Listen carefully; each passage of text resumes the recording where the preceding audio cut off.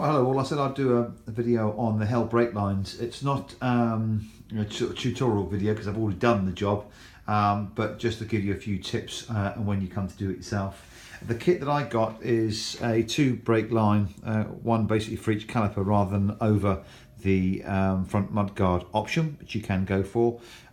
This has the advantage of saving a little bit of weight. It's a little bit more straightforward. The braided lines that come from HEL, really good quality, I suppose. The only thing I would say is the instructions on the packaging is very limited.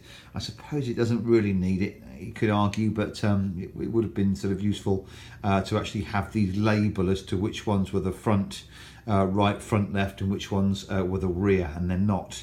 The only thing otherwise I would say about the kit is that the banjos themselves do not rotate in the sleeve, which means whilst they are slightly offset to compensate for the fittings between the caliper and the banjo bolt, you can't manipulate them very easy, so there is a little bit of twisting of the actual cable where that's concerned, which does make fitting a little bit awkward.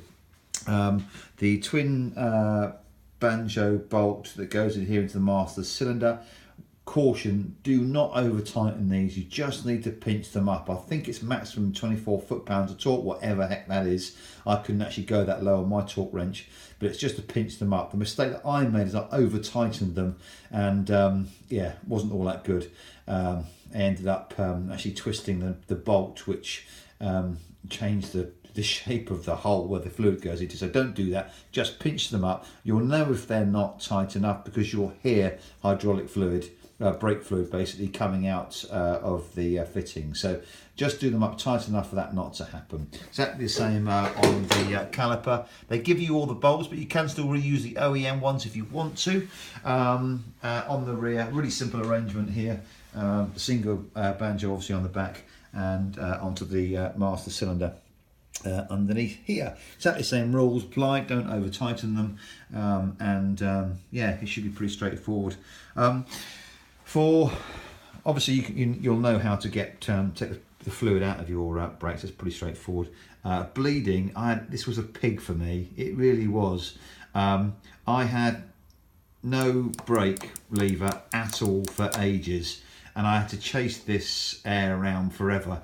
But what the mechanic told me was bleed the master cylinder, the brake lever cylinder first, then come down to the furthest one away, which is over the left-hand side of your bike, and bleed off that nipple, and then bleed off this one on the right-hand side, and then do the whole process all over again. I had to do it about 5 or 6 times to actually get all of the air out, and use quite a lot of .4 as well.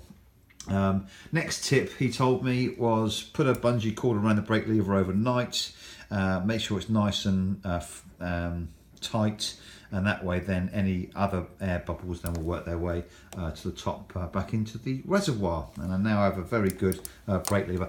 I haven't ridden it yet, so I couldn't tell you how good or bad the brakes are, because I don't know yet, but reported to be excellent, so with a bit of luck that'll work nicely on the track.